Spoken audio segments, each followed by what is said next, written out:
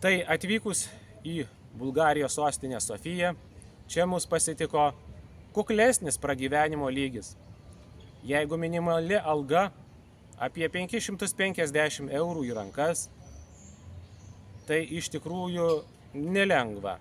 Pro langus teko matyti garažėlius, kioskelius, prie tų garažėlių įvairios sumestos padangos.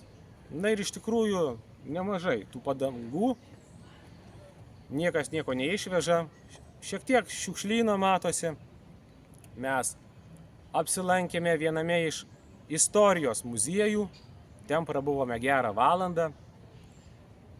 Ten ir aukso dirbinių yra, ir šarvų, ir įvairiausių rastų žemėje iškasenų. Štai vienas vyras, kasinėdamas, aptiko monetų. Jas, aišku, negalėjo savo pasilikti, nes ir nebuvo kur jų priduoti.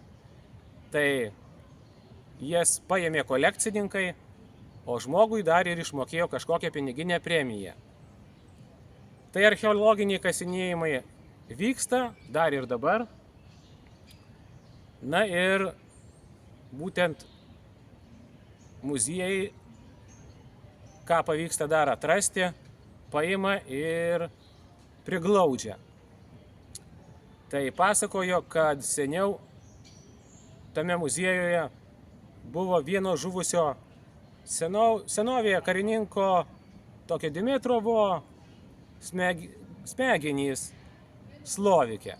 Tačiau dabar jau tas mauzoliejus ir tos smegenys yra priduotos moksliniams tyrimams.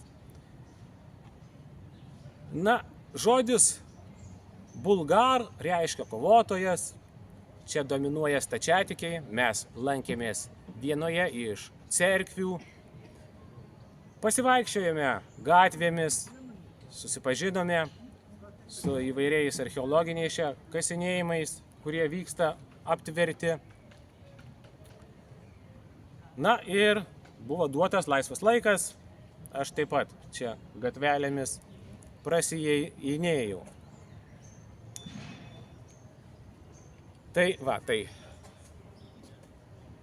esu viename iš 4 parkų, puikus oras, na sakykime, bėga prakaitėlis nugarytė, 3 iš 3 saulė danguje. Ir ką? Atostogos juda toliau. Šiandien baigiame. Likite sveiki.